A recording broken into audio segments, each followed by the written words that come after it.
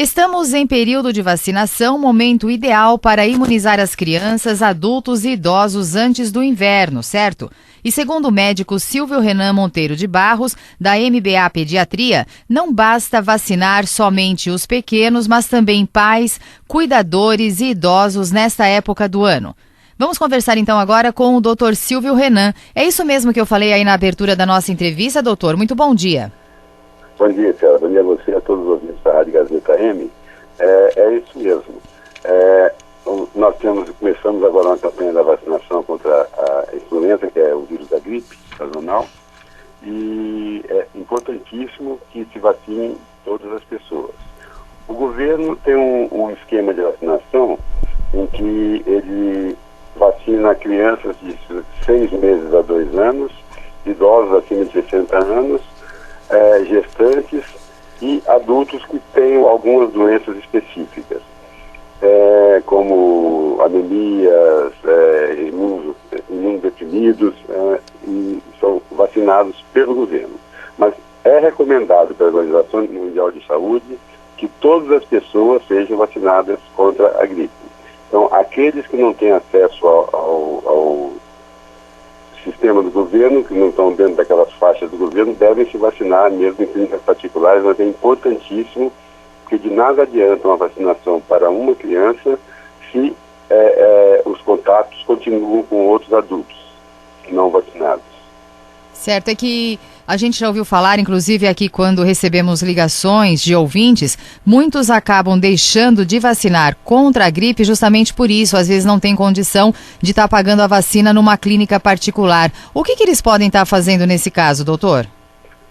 Infelizmente o governo não pode, não tem condição financeira, alega não ter condições financeiras para vacinar toda a população. Então eles tomam essas opções. Obviamente, se essas opções forem cumpridas e outras sobrarem vacinas, eles vão vacinar também as pessoas normais. Mas dificilmente sobra. Mas é importante que a pessoa consiga a clínica, os preços são variáveis, né, não são assim, absurdos. Uma vacina hoje deve estar custando entre uma dose única, né, custando de 60 a 80 reais. Eu acho que vale a pena quem tiver condição que vacine, porque quanto mais pessoas vacinadas, menos o vírus vai circular no meio ambiente. E a vacina oferecida pelo SUS e na rede privada é a mesma? É basicamente a mesma. A rede privada recebe, compra, né, adquire vacina de laboratório, e esse mesmo laboratório que esse ano está distribuindo a vacina é o laboratório que distribui a vacina para o governo, com quem ele fez um contrato que ele vende as vacinas e vai passando a tecnologia.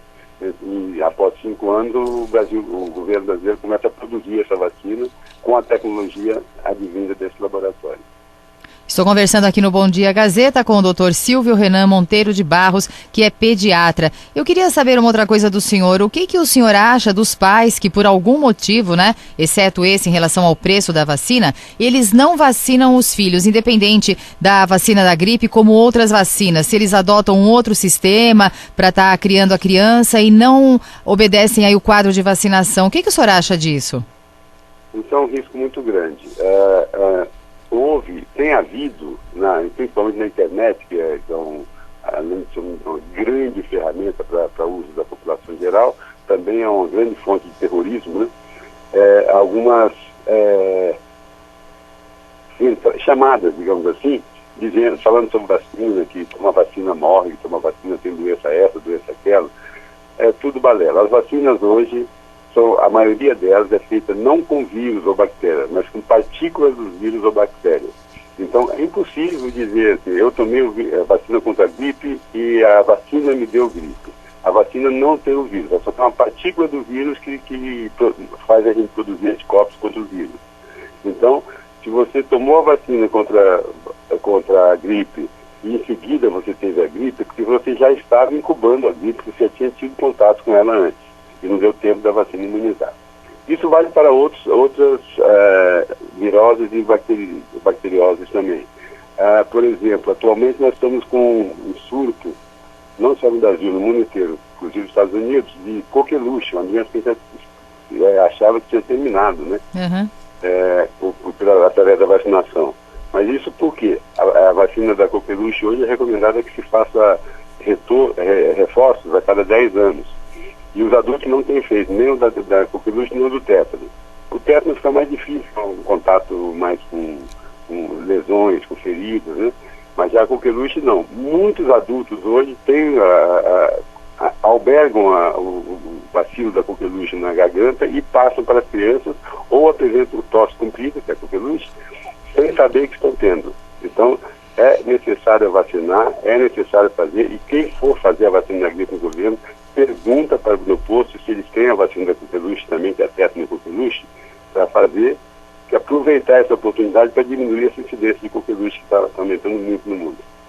E no caso dessa vacina da coqueluche, numa criança, ela é aplicada em que idade e quantas doses? A criança toma aos 2, 4, 6 meses, um reforço com 18 meses, outro com 4 anos, e a partir de a cada 10 anos a vida inteira. Mas a coqueluche não é uma vacina tão boa quanto as outras. As outras vacinas dão 95%, 97% de proteção. A coqueluche não chega a 50%.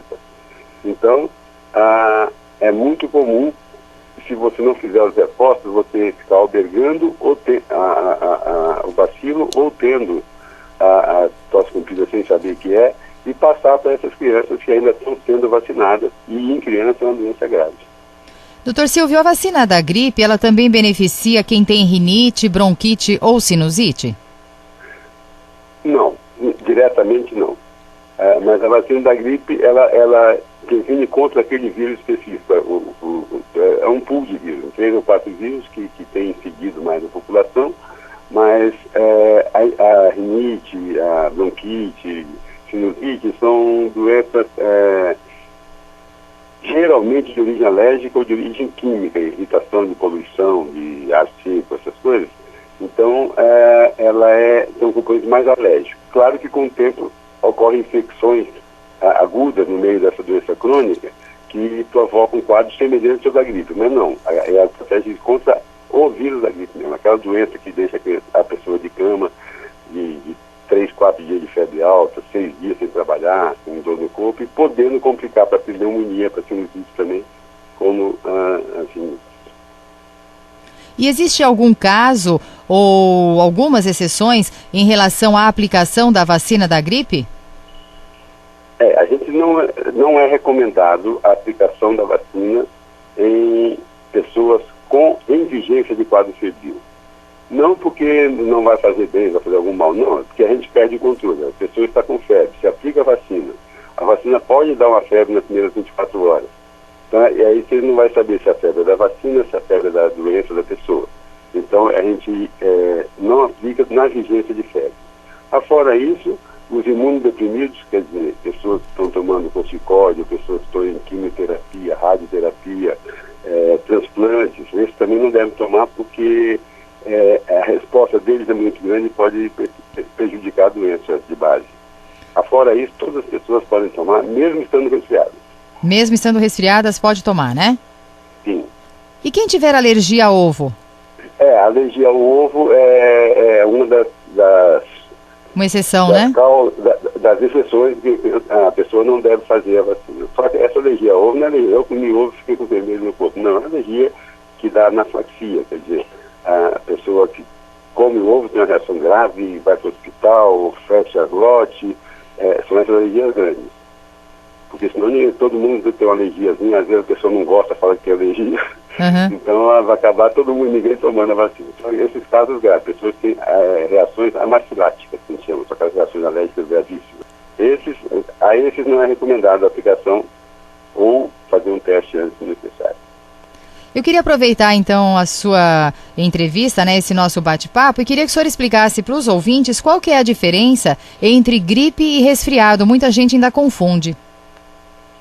O que a gente chama de gripe, essa gripe da vacina aí, na realidade, é a gripe sazonal.